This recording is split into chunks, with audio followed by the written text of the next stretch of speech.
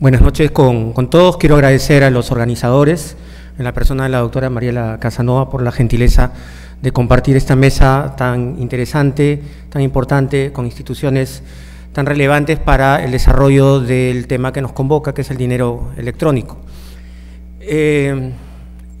Hace algunos años me tocó estar por Hong Kong por una conferencia, por una actividad académica, y como siempre uno suele hacer cuando viaja a otro país, y más aún cuando se trata de un país del cual uno conoce muy poco, averigua en internet pues cuál es la mejor forma de ubicarse en el espacio y en el tiempo, ¿no? Y lo primero que me recomendaban las páginas web era que consiguiera una tarjeta Octopus. Dije, ¿qué cosa es eso? ¿Cómo se come? Y no era otra cosa que dinero electrónico. Era una tarjeta que yo tenía que adquirir, era el medio a través del cual, como quiera que yo era un turista que iba a tener una presencia corta, una estadía corta en Hong Kong, tenía que adquirir esta tarjeta para cargarla. Y créanme que en un país en el cual pues hay tantas dificultades derivadas del idioma, de la cultura, me resolvió la vida. Me resolvió la vida porque con la tarjetita me subía a los buses y pagaba. Yo ni sabía cuánto costaba, nunca supe cuánto costaba, simplemente ponía la tarjetita y funcionaba. Pasaba por las tiendas, a las estaciones de servicio y compraba lo que tenía que comprar para llevar al hotel. Y mi vida transitó sin sobresaltos en una ciudad tan distante, gracias a este mecanismo que hoy día vemos promisoriamente que se puede incorporar en el Perú. Pues, pero como saben, y quienes me conocen porque soy profesor de análisis económico del derecho, siempre soy un aguafiestas para tener una posición crítica respecto de estos temas. Anoche me hacían una entrevista justamente de otra universidad sobre este tema de dinero electrónico y terminaron con una pregunta, que me hicieron una pregunta al final. Me preguntaron, ¿a usted le parece que estamos preparados para dar este paso hacia el dinero electrónico? Por ahí leía a un buen amigo y un brillante jurista y académico formado en economía como es José Luis Ardón, que decía que era una mala idea en este momento. No, yo pienso lo contrario, yo pienso que es una buena idea. Yo pienso que es una buena idea, yo pienso que es una muy buena idea que el Perú dé este paso.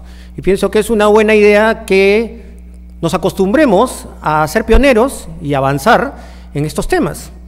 Nosotros tenemos, aunque efectivamente, y lo conversaba ahora previamente con el doctor Isú, yo por mi propio sesgo académico tengo muchos reparos a algunos excesos regulatorios que considero por parte de la superintendencia, pero independientemente de esas circunstancias, es indiscutible y es innegable el prestigio regulatorio que tiene la Superintendencia de Banca y Seguros en nuestro país. En consecuencia, y estamos seguros, yo auguro que esto va a caminar hacia bien.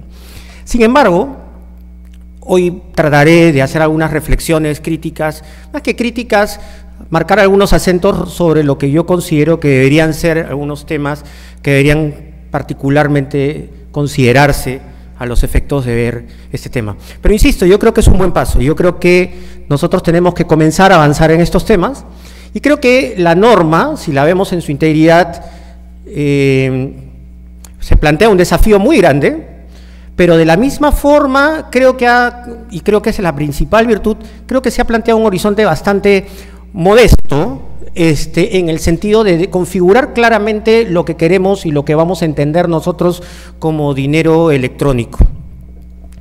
Aun cuando ya lo han descrito en algún momento en las exposiciones anteriores, cuando hablamos de dinero estamos hablando básicamente de un medio de intercambio, ¿no? Estamos hablando básicamente de un instrumento a través del cual nosotros podemos transar en el mercado, ¿no? Y básicamente hoy lo que tenemos es un tipo de dinero que es el dinero fiduciario, ¿no? Que es el dinero que básicamente es el emitido por los bancos centrales de reserva y que, a diferencia del dinero que antes tenía un respaldo en oro, ¿no? El oro se convirtió como consecuencia de esta evolución del dinero que en la exposición que me antecedió se explicó. Efectivamente, pues hoy día hemos llegado a este dinero fiduciario que, como su nombre lo indica, básicamente está basado en la confianza de una colectividad respecto a la prudencia y al manejo que hace una institución, que en este caso son los bancos emisores, que están monopolizados en la institución del Banco Central de Reserva. Dicho sea de paso, y abro un paréntesis aquí, cuando estaba revisando este tema de dinero electrónico, créanme que si bien todos estamos alineados en las virtudes y en la expectativa que tenemos por este producto,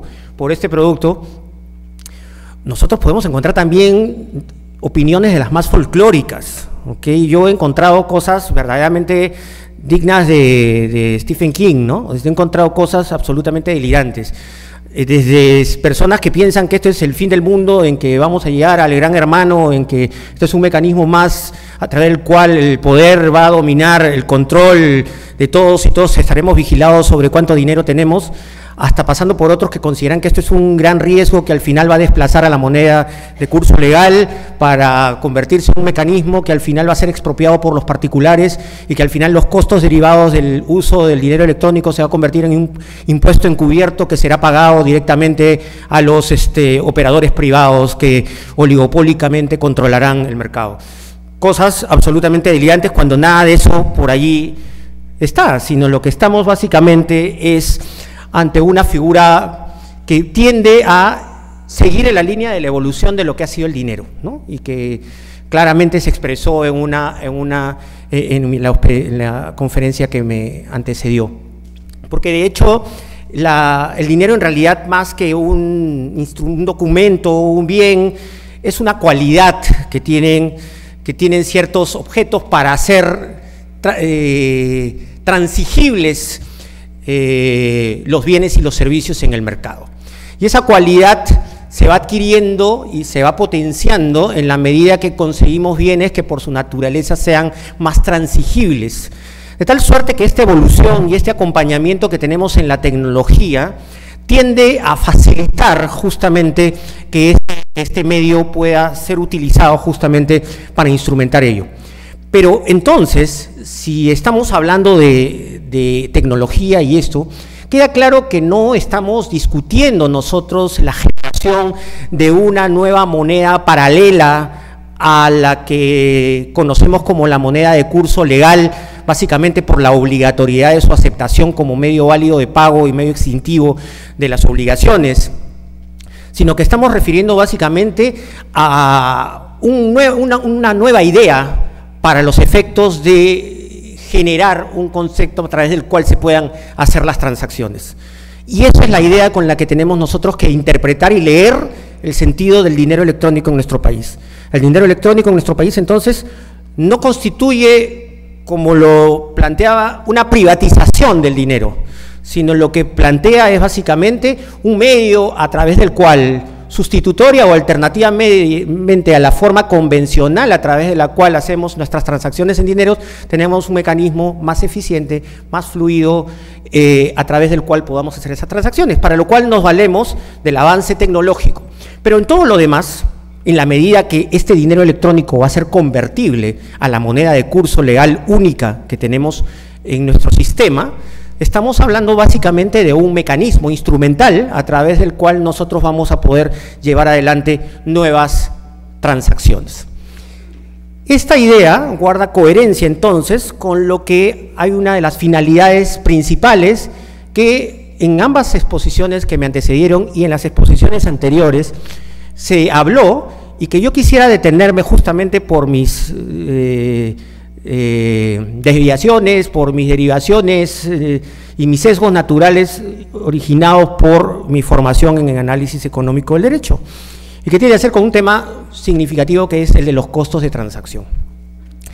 Nosotros a lo largo, revisaba las ponencias que se han sustentado a lo largo de este foro, y en todas ellas se ha hecho referencia a los costos de transacción, tendiendo o señalando que efectivamente el dinero electrónico reducirá los costos de transacción.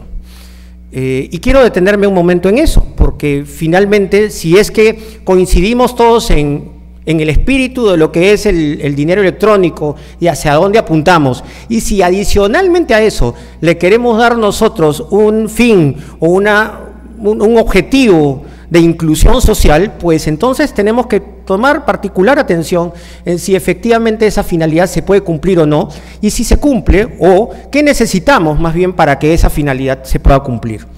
Lo cual me remite necesariamente a una idea básica, una idea fundante, diría yo, de lo que es el análisis económico del derecho. Y me trae a colación un personaje que últimamente, en las últimas semanas, ha estado muy en boca de todos nosotros, los que hacemos esta disciplina, porque prácticamente se le reconoce como el padre del análisis económico moderno, Ronald Coase, y que hace unas 3 semanas falleció premio Nobel justamente por uno de los artículos más reconocidos y más nombrados en la ciencia económica y también el análisis económico. Se le reconocen 2 grandes artículos, pero uno de los cuales tiene particular énfasis para el caso que nos ocupa, que es el problema del costo social. Y en el costo social él considera y le da cierta relevancia a la idea de los costos de transacción, que en términos muy simples, los costos de transacción vienen a ser los costos de interactuar en el mercado, ¿no es cierto? Y la pregunta es, ¿por qué hablamos de costos y no hablamos de costo de transacción? Porque los costos son varios y son de distinta naturaleza. Los costos pueden ser costos iniciales, costos que pueden estar al inicio de un emprendimiento, como lo dice la cita de Coase, que bueno, está en inglés, y que pueden estar al inicio para conocer o para convocar a las partes o para descubrir con quién nos vamos a encontrar nosotros en nuestra negociación. Vamos a tener costos también al momento que nosotros tenemos que interactuar, y en ese momento nos pondremos a pensar en contratar un abogado, en negociar, y veremos negociaciones que son más tortuosas que otras en la medida de la complejidad de la materia, la especialización, etcétera, etcétera, etcétera. Y después tenemos otros costos que están asociados ya al cumplimiento, en tanto a cuánto necesito yo para que este acuerdo al que he arribado, esta transacción se cumpla, tenga carácter vinculante para las partes, o cuánto Estado, o cuánto derecho, o cuántas penalidades, o cuántos instrumentos voy a necesitar yo para garantizar que este acuerdo al que yo he arribado va a ser exigido y finalmente cumplido. Como vemos, hay una gama de costos, no es uno solo, y entonces conviene reflexionar si efectivamente podemos alinear el dinero electrónico como un mecanismo de reducción de costos de transacción. Antes que eso, habría que señalar una cosa que quizás es el mensaje más importante de Coase en lo que atañe al análisis económico y al derecho principalmente, ¿no? Cuando Coase plantea en este caso el problema del costo social, plantea sus famosos ejemplos respecto de cómo operan los costos sociales, él se imagina un mundo sin costos de transacción. Y en un mundo cuando no existen los costos de transacción, las partes siempre van a poder llegar a acuerdos eficientes, independientemente de la regla legal, bien sea una regla de propiedad, un property rule, o bien sea una regla un property right, perdón, o bien sea una regla de responsabilidad, un liability rule. Independientemente que tengamos una regla de responsabilidad o una regla de propiedad y se la asignemos independientemente a cada una de las partes, siempre llegarán a un acuerdo satisfactorio. Pero esto con una salvedad. La salvedad es que los costos de transacción sean 0.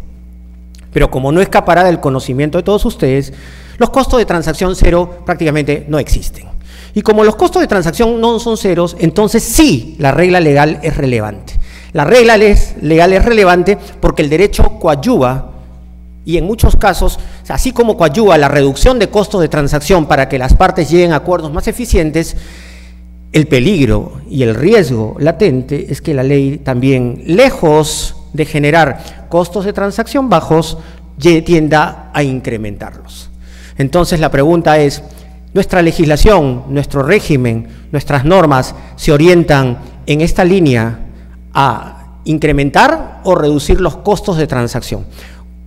Este es un tema que a mí me parece que requiere una especial atención, porque aquí estamos hablando de un programa muy ambicioso y que definitivamente dependerá en gran medida de la regulación inteligente que podamos plantear para este tema, que nosotros efectivamente seamos consistentes con la idea de la reducción de costos de transacción. Los costos de transacción entonces pueden, según Williamson, premio Nobel también de Economía, podrían perfectamente referirse a dos áreas. Primero, algunos temas de corte humano que tienen que hacer con factores personales de los individuos que interactúan en el mercado, y después otros que tienen que hacer con el entorno en el cual se insertan estas transacciones. Parecería que que las reglas legales solamente influyen respecto... ¿Terminó mi tiempo? Ay, me asusté porque me está mostrando el cartel. Ya. Gracias a Dios. Ya decía, me va a quedar a media caña. Bueno, ok. Entonces, estaba diciendo que parecería que las reglas legales solamente tienen relevancia respecto de los factores de entorno contextuales. Sin embargo, eso no es necesariamente cierto. Las reglas legales y la regulación y la normatividad que en torno a este dinero electrónico se desarrolle va a tener una influencia también respecto de algunos factores humanos. Y aquí me refiero y señalo algunos aspectos que, bueno, que no voy a poder desarrollar con toda la amplitud que yo quisiera, pero que son conceptos principalmente que tienen que hacer con racionalidad limitada, lo que se conoce como bounded rationality, que es básicamente un tema en que los individuos a veces no disponemos de todo el tiempo y todos los recursos para procesar toda la información que tenemos disponible y accesible, o si aún teniéndola, los costos de procesarla serían muy altos y no se justificarían. Algunos problemas de incertidumbre y algunos problemas de la complejidad de la información, respecto a lo cual hoy día ASBank y la superintendencia están trabajando, a mi modo de ver, bastante acertadamente en corregir esos problemas que históricamente han sido muy criticados desde la perspectiva de los servicios financieros. Pero en cuanto a los factores de entorno, también podemos encontrar comportamientos oportunistas, y entre ellos estoy incorporando también los elementos del tema del lavado de activos, del fraude tributario, y también el problema del tamaño de los mercados que se puedan generar en este tema. Entonces, con lo cual se refuerza la idea de la economía de escala, que básicamente es indispensable para que este producto como tal tenga éxito. Pues bien, entonces, vamos a encontrar que existen diferentes variables que van a incidir en estos costos de transacción y que dependerá mucho de cuán bien o cuán mal nosotros hagamos las cosas para ver si en tanto los costos lo justifican, este producto se pueda implantar adecuadamente. Tenemos, y a la luz de las estadísticas y la información que se tiene, tenemos un mercado interesante, tenemos un pueblo, una población no bancarizada bastante atractiva, hacia la cual podemos orientar el producto, tenemos una penetración de telefonía bastante significativa, pero sin embargo creo que hay algunas otras cosillas que deberíamos considerar, porque no me parece que simplemente el hecho de que tengamos una penetración en telefonía y que tengamos un nivel, una voluntad de hacer inclusión a través de este mecanismo, sea suficiente para los efectos de que nosotros podamos tener el éxito que buscamos en este tema. Y por eso yo me he concentrado si efectivamente el dinero electrónico podría ser una alternativa de reducción de costos de transacción en el Perú. Yo espero que sí, y estoy seguro que en esa línea se trabajará. Por eso yo sí soy muy optimista respecto del paso que se ha dado y lo que se va a tomar. Lo cual no deja, sin embargo, que yo tenga que marcar algunas situaciones que a mí me parecen de especial relevancia. Una tiene que hacer con el tema regulatorio del cual ya veré. Y me parece que a veces, y esto es mi opinión absolutamente particular, a veces un exceso regulatorio puede traer efectos perversos, ¿no es cierto? Perfecto, es que lejos de favorecer un desarrollo, una expansión, pueda contraer, por el contrario, un determinado mercado, por desalentarlo por los costos que implican o los costos que trae consigo una regulación excesiva. Después tenemos un tema que hasta ahora no se ha abordado, pero que yo creo que va a ser una consideración que se va a tener en cuenta. Aquí estamos hablando de transacciones, estamos hablando de telecomunicaciones, estamos hablando de bancos, estamos hablando de muchas cosas, pero hasta ahora no hablamos de cuánto cuesta. Y acá hay un costo y alguien lo tendrá que asumir, no hay almuerzo gratis, alguien lo tiene que pagar. En consecuencia, la pregunta tendrá que ser, ¿cuál será el costo efectivo que esto tendrá respecto del consumidor? ¿Cuánto es el costo que tendrá la operatividad del sistema? En esto mucho va a tener que hacer el tema de economías de escala, etcétera, etcétera. Un aspecto subjetivo que es particularmente relevante para mí, y hoy día, y yo creo que hay toda una rama, hoy día cada día las interacciones entre derecho y economía y psicología se expanden exponencialmente en toda la corriente del Behavioral Economics, es el tema de la confianza, es el tema de la confianza que tiene que hacer en este tipo de transacciones. Y ahí yo sí creo que estamos un poquito rezagados, y yo creo que ahí hay un tema en el cual los operadores y los actores que participan en esta iniciativa van a tener que trabajar muy, muy, muy duro. Porque el tema de la confianza en una sociedad que se caracteriza por la desconfianza, como es la nuestra, en la que la desconfianza está considerada, y que la desconfianza está considerada básicamente como un valor, regálenme 2 minutos solamente, revertir esa situación, desarraigar esa perspectiva de la desconfianza es bastante complicado. Hay que trabajar sobre la idea de la confianza. Pongo simplemente un ejemplo. El ejemplo clásico es que hoy día en el mundo hay mercados de determinados bienes y servicios que ya están absoluta y totalmente sometidos al ámbito electrónico. Y en el Perú todavía este desarrollo si bien es progresivo, todavía no está al nivel de otras latitudes. 2 casos, el caso del mercado de los pasajes aéreos y el mercado de los libros. No estoy hablando de los libros electrónicos, estoy hablando de los libros físicos.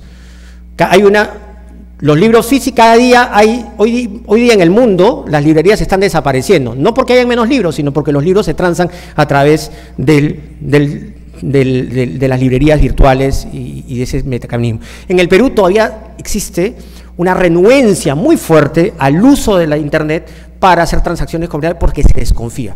En el Perú somos desconfiados por definición y en consecuencia desarraigar ese tema va a ser, creo, la tarea más difícil. Informar bien, positivamente, y un elemento que también me parece significativo porque también hay una cultura que hay que comenzar a desarrollar y que saludo de parte de ASBAN, es el tema de la cooperación. Me parece y saludo muchísimo que esta idea de generar una plataforma múltiple que va a generar economías de escala, que va a generar un producto en el que van a participar varios actores, es un mecanismo de cooperación que tiende y que va a apuntar a reducir los costos de transacción respecto de los consumidores. El problema de la implantación y el problema de la accesibilidad. ¿Qué significa todo esto? Significa una sola cosa, significa eficiencia. Y la eficiencia significa hacer un uso diligente de los recursos, hacer más con lo mismo, hacer lo mismo usando menos, ¿no es cierto? Y esa es la idea que nosotros tenemos que llevarnos a casa respecto a esta idea del dinero electrónico. El dinero electrónico viene a resolvernos, a facilitarnos la vida, no a complicárnosla ni a encarecerla. Y este desafío es el que todos tenemos que plantear. Si partimos de esa línea, podemos pasar al segundo paso, que es la inclusión. La inclusión, entonces, ¿cómo se va a concretar? Si nosotros finalmente partimos de la idea que el mecanismo tiene que ser eficiente en términos de reducir los costos de transacción, apuntando ¿a qué? A que el sistema funcione. Porque y aquí la idea que queda es que en este desarrollo, en tanto economía de escala, va a reducir sus costos y se va a dinamizar en la medida que el mercado crezca. Entonces, todos los actores estamos interesados en esta expansión. Telefónica, Ociptel por una parte, la telefonía, las redes, por una parte, la superintendencia de banca, el regulador financiero en este caso, y las instituciones privadas que participan también en este efecto. Todos están alineados en este tema. Las declaraciones de voluntad y las declaraciones de buenos deseos son bienvenidas. Sin embargo, tenemos que aterrizar el tema a realidades concretas. Mi diagnóstico, mi perspectiva muy modesta, absolutamente intuitiva, es que estamos bien encaminados, que las cosas van bien. Sin embargo, tengo la sensación que no va a ser fácil, que vamos a tener que caminar hacia un tema de generación de confianza, de difusión masiva del producto, y yo creo que si lo llevamos bien, podamos concretar finalmente los objetivos hacia los cuales está dirigido este proyecto. Muchísimas gracias.